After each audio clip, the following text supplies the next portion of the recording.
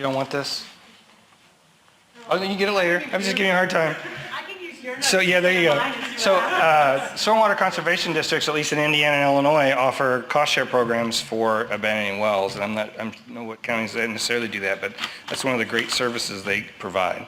So our next speaker is Jennifer Fetter from Penn State Extension, talking about reaching homeowners through youth programs. Yeah.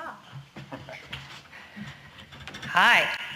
We've had a lot of fun kind of poking holes in Pennsylvania's lack of policies, but that's fine because what I'm going to talk to you about is trying to have some fun while learning and trying to reach some homeowners too. And so Susan pointed out earlier, and we've talked a little bit today about Pennsylvania's unique issues and our lack of regulations. And we're fortunate, I think, because of that we've had some sustained funding over the years and our partners that have kind of helped us to provide educational programs. And so we use these three partners, our own network and those two funders to help us try some new things. And so you've seen this slide already today. Susan showed you this morning. We have over 1 million, about 10% of the wells in the country are in Pennsylvania, and that's fun for us. And Susan showed you her good, bad, and uglies too this morning. I swapped out the dog for the mouse in the well there. The rest of the pictures are the same as what you saw this morning, but we definitely have some serious issues because I laugh when I hear somebody say, get the license number for your well driller, because we don't license our well drillers. And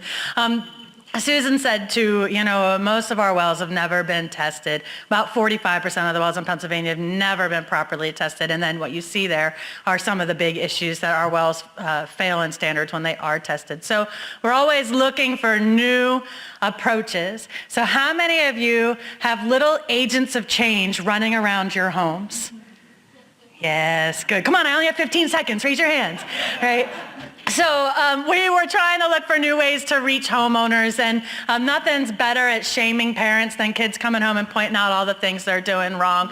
This is how we started recycling in the United States, is it not?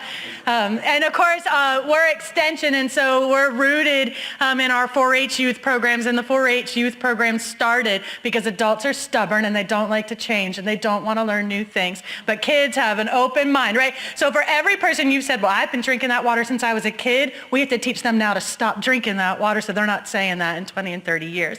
So we developed a program to get kids to learn some chemistry stuff, right? So it meets up with the standards they're supposed to be learning in school.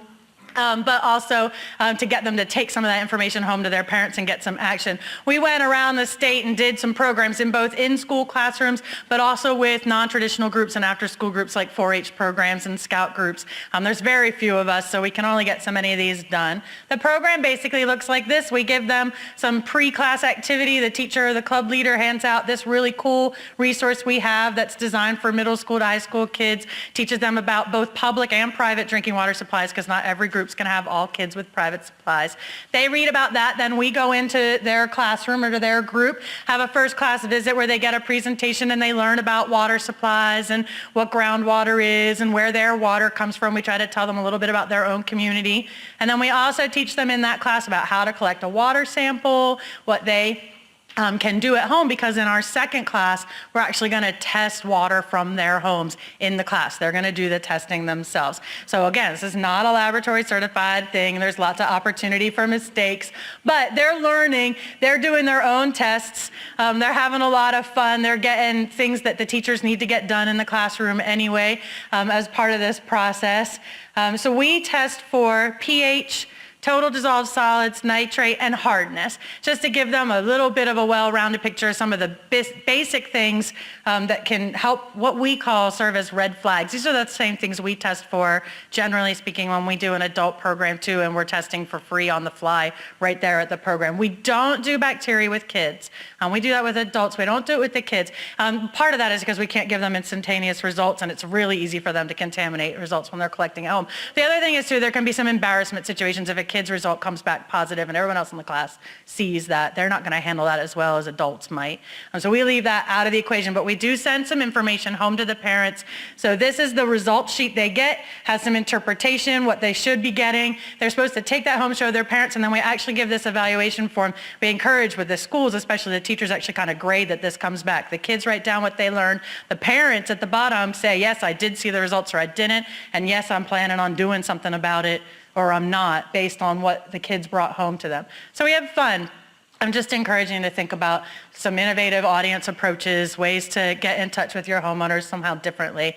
We actually focus on youth water education quite a bit at Penn State Extension. We've been trying to create some really great resources and opportunities. So Susan gave you our website earlier today, but there it is again. If you didn't catch it, it's going to be gone in 10 seconds. But we have a whole section on youth water education, some really good resources. And we do have a biannual conference called Dive Deeper. If you're really into youth water education, let me know and I'll hook you up on our mailing list. We have a great time with that. So thank you so much.